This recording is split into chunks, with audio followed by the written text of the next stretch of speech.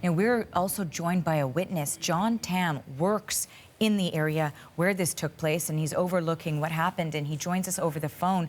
So, John, what are you seeing? Hi. Well, actually, now the area is fairly cleared out. I'm overlooking Lasman Square at the moment. My understanding, this is kind of further down from where everything happened. But yeah, there's police tape. I believe the southbound traffic has been held, so there's nothing coming through here. Yeah, just fire trucks, police cars, and SUVs. A lot of police tape, and it looks like they're kind of assessing the area. And in terms of what you saw and what you heard also, and the response, is there a lot of panic and alarm? And how many individuals do you see that might be involved? That I can't say for certain. From what I was able to see, this was kind of after the fact.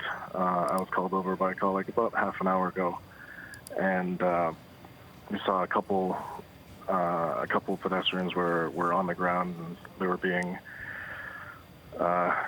given CPR. What I was able to see, it looked like they were able to take one into an ambulance, but others were unfortunately covered up. And so I think around, at least in this area, there were 4 bodies that ended up having to be covered up. And we're just also getting confirmation here from Toronto Police that a van has been found and a driver arrested. No word, say police, on how many people were struck or the nature of the injuries. But certainly for you, being in this area, having colleagues in this area, busy time of day, one would imagine. What went through your mind when you first started seeing all of this action outside and hearing reports of it too?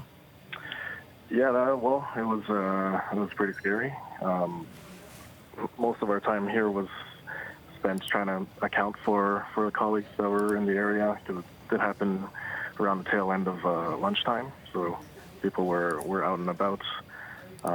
Thankfully, most of our folks have been accounted for, either here or if they were elsewhere in the city. But yeah, the first thing when we came over, we were just trying to figure out what actually happened. Nobody really understood. I think there was some false information going around, so we're just trying to figure out what was actually happening. And John, also, as you were saying, certainly it was an alarming time. It's around lunchtime. A lot of your colleagues may have been out and about too. Did you get a chance to speak with your family members? Were you, getting calls of concern, or were your colleagues getting those sorts of messages or text messages, calls? Yeah, I think one of the first things that most of us did were to contact family members and loved ones to make sure that they knew that we were all right.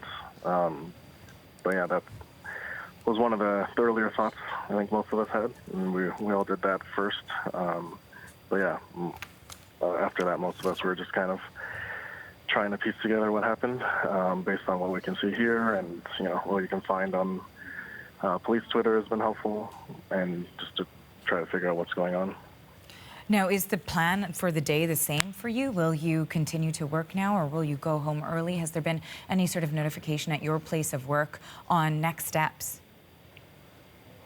Well, we had our building security mentioned that there was an incident that happened and directed us on ways to exit the building, is to not be in this particular area. My understanding is the public transit has been held around this area as well, so I have to figure out what and how people can get home from that sense. From here in the office, some people have taken off, some people have stayed, so it's kind of a mixed bag at the moment. Well, John, we're continuing to follow this story, and we certainly appreciate you sharing what your experience has been so far as you watch this. Certainly a terrifying and frightening time for you as you watched it all unfold. But thank you again for your time, John. Yeah, no problem. Thanks.